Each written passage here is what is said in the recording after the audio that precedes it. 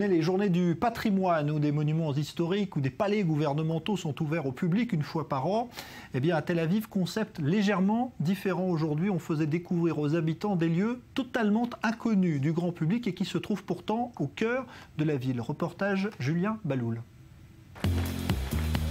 En France, on connaît cet événement sous le nom des Journées du patrimoine. À Tel Aviv, on appelle ça les Journées des Open House, les maisons ouvertes. L'idée est simple, faire découvrir au plus grand nombre de l'intérieur des bâtiments qu'ils voient tous les jours sans pour autant y entrer. Premier arrêt à l'université de Tel Aviv, au bâtiment de la capsule, un endroit unique en Israël. Ceci est l'un des 17 bâtiments les plus avancés au monde. Il est spécialisé dans l'architecture écologique. Le bâtiment crée sa propre énergie, il purifie l'air qui circule, cause le moins possible de dommages à l'environnement. Et surtout, il promeut les études de préservation de l'environnement en Israël.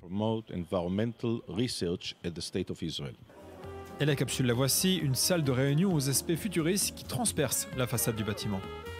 Un peu plus au sud, sur l'avenue Ben Gurion, vous pouvez découvrir l'une des deux maisons du fondateur de l'État d'Israël. Tout a été laissé en état, du lit du Premier ministre jusqu'à cette très impressionnante bibliothèque, de quoi rappeler au public qu'il fut un temps où les dirigeants du pays savaient vivre modestement.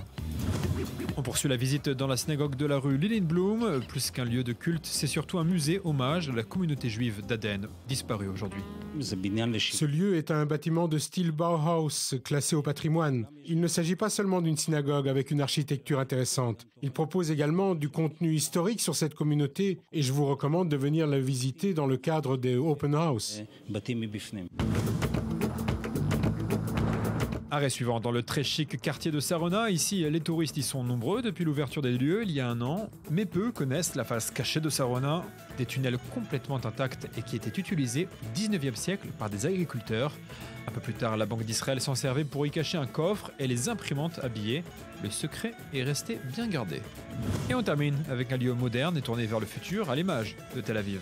WeWork est une communauté de créateurs. Nous fournissons des espaces de travail désignés et communs. Et notre objectif principal est de fonder une communauté de start-up, de freelance, de petites entreprises et de les aider à réussir dans leurs projets. On dit souvent que les plus belles villes ne sont visitées que par les touristes et c'est tout l'intérêt de ces open house, de ces maisons ouvertes, donner la possibilité aux habitants de Tel Aviv de découvrir leur ville, la ville dans laquelle ils habitent mais dont ils ne connaissent pas les secrets.